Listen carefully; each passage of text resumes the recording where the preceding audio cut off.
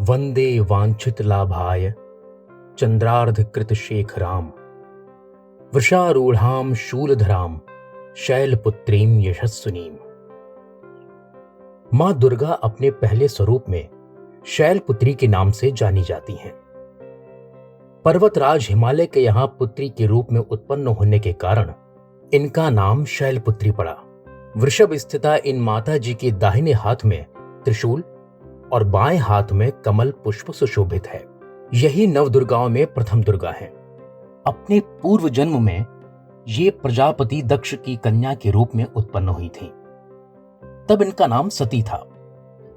इनका विवाह भगवान शंकर जी से हुआ था। एक बार प्रजापति दक्ष ने एक बहुत बड़ा यज्ञ किया। इसमें उन्होंने सारे देवताओं को अपना अपना यज्ञ भाग प्राप्त करने के लिए निमंत्रित किया, किंतु शंकर जी को उन्होंने इस यज्ञ में निमंत्रित नहीं किया। सती ने जब सुना कि हमारे पिता एक अत्यंत विशाल यज्ञ का अनुष्ठान कर रहे हैं, तब वहां जाने के लिए उनका मन विकल हो उठा। अपनी ये इच्छा उन्होंने शंकर जी को बताई।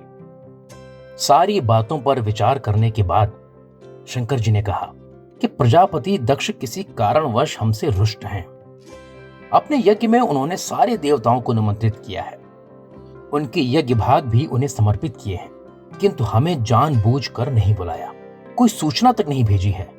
ऐसी स्थिति में तुम्हारा वहां जाना ठीक नहीं होगा। शंकर जी की ये बात उन्होंने नहीं मानी। पिता का यज्ञ देखने और वहां जाकर माता और बहनों से मिलने की उनकी व्यग्रता किसी भी प्रकार से कम न हो सकी।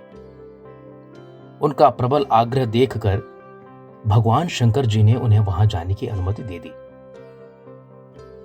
सती ने पिता के घर पहुंचकर देखा कि कोई भी उनसे आदर और प्रेम के साथ बातचीत नहीं कर रहा है। सारे लोग मुंह फेरे हुए हैं। केवल उनकी माता ने स्नेह से उन्हें गले लगाया। बहनों की बातों में व्यंग और उपहास के भाव भरे हुए थे। परिजनों के इस व्यवहार से उनके मन को बहुत क्लेश पहुंचा। उन्होंने ये भी देखा कि वहां चतुर्दिक भगवान शंकर जी के प्रति तिरस्कार का भाव भरा हुआ है। दक्ष ने उनके प्रति कुछ अपमानजनक वचन भी कहे। ये सब देखकर सती का हृदय क्षोभ, ग्लानि और क्रोध से संतप्त हो उठा। उन्होंने सोचा कि भगवान शंकर जी की बात न मान यहां आकर मैंने बहुत बड़ी गलती की है। वो अपने पति भगवान शंकर के इस अपमान को सह न सकी। उन्होंने अपने उस रूप को उसी क्षण वहीं पर योगाग्नि द्वारा जलाकर भस्म कर दिया। वज्रपात के समान इस दारुण दुखद घटना को सुनकर शंकर जी ने क्रुद्ध होकर अपने गणों को भेजकर दक्ष के उस यज्ञ का पूर्णतः विध्वंस करा दिया। सती ने योगाग्नि द्वारा अपने शरीर को भस्म कर अगले जन्म में शैलराज हिमालय की पुत्री के रूप में जन्म लिया और इस बार वो शैलपुत्री नाम से विख्यात हुई। पार्वती, हेमवती भी उन्हीं के नाम है।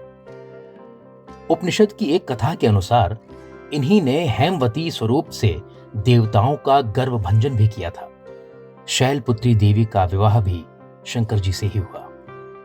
पूर्व जन्म की भांति इस जन्म में भी वो शिव जी की अर्धांगिनी बनी। नव दुर्गाओं में प्रथम शैलपुत्री दुर्गा का महत्व और शक्तियां अनंत हैं। नवरात्र पूजन में प्रथम दिवस इन्हीं की पूजा और उपासना की जाती है। इस प्रथम दिन की उपासना में योगी अपने मन को मूलाधार चक्र में स्थित करते हैं। यहीं से उनकी योग साधना का प्रारंभ होता है। जय मां शैलपुत्री। मां शैलपुत्री आप सभी का कल्याण करें।